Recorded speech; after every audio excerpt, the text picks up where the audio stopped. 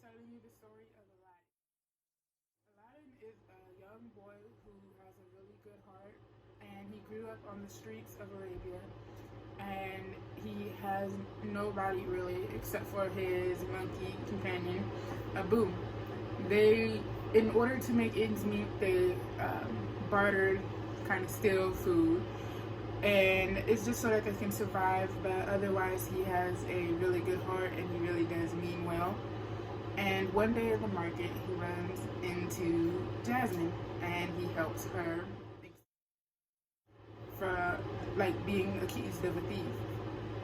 Unknown to him, Jasmine is actually the princess of Agrabah, and she is the Sultan's daughter, who he unintentionally talks about. But Jasmine has, unknown to him, run away from home because her dad is pressuring her to find a husband when all she really wants is to be in love with her husband and explore the world and see what it has to offer. So in the market, they run into each other, unknowing who Jasmine really is, and Aladdin helps her escape, going to jail. But they ended up catching up to her, and she ends up going back to the palace, and Aladdin ends up dreaming about her later. And he ends up in the prison. And in the prison, the Sultan's advisor, Jafar, who is not really that nice of a person, ends up getting him to go with him into the cave, and he makes him say that he can get anything from the cave after he brings him back a lamp. And so Aladdin agrees, and he goes into the cave, and Abu, who's also with him, ends up touching this really big emerald. But they were warned not to touch anything but the lamp. So when Abu touches the gem, everything starts to crash around him, and he barely ends up making it to the cliff's opening, where he meets the poor beggar man, who is actually Jafar. And the beggar man is saying, just give me the lamp and then I'll help you up. But then he tries to kill him after he gives him the lamp. So Abu sneakily gets the lamp right when the mouth of the cave closes, and Aladdin and Abu are trapped down there.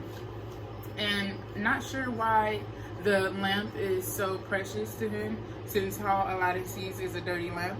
He starts to rub it, and lo and behold, the genie comes out.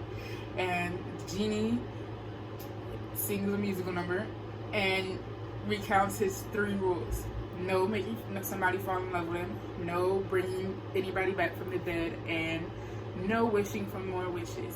Upon which Aladdin tricks the genie into getting him out of the cave.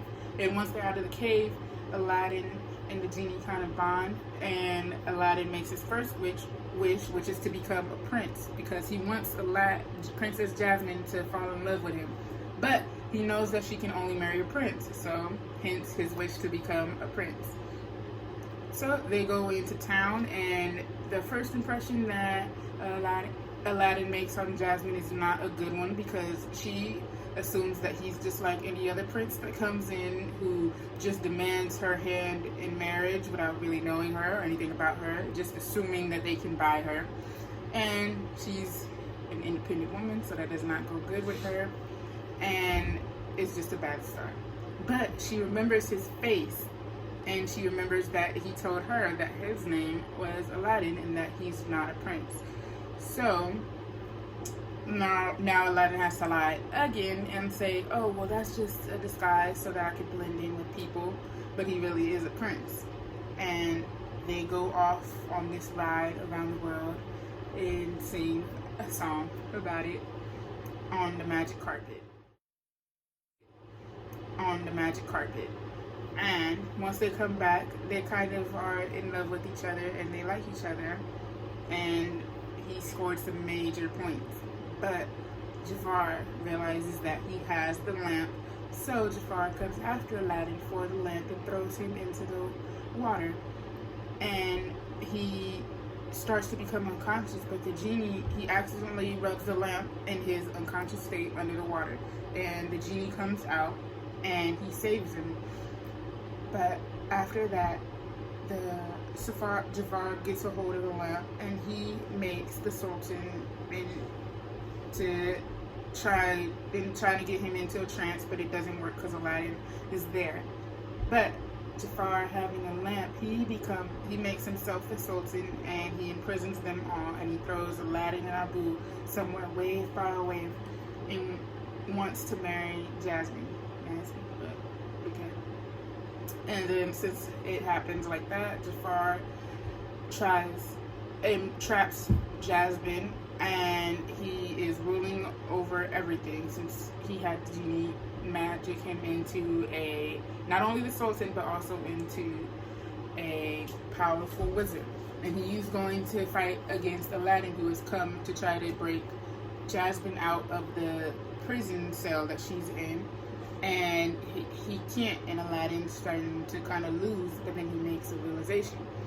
And he convinces and kind of swindles Jafar that if he wants to be the most powerful being of all, of course he has to be a genie, because genie is more powerful than him. And Jafar makes that wish. But what Aladdin had in mind was that since you're a genie, you're trapped into your lamp.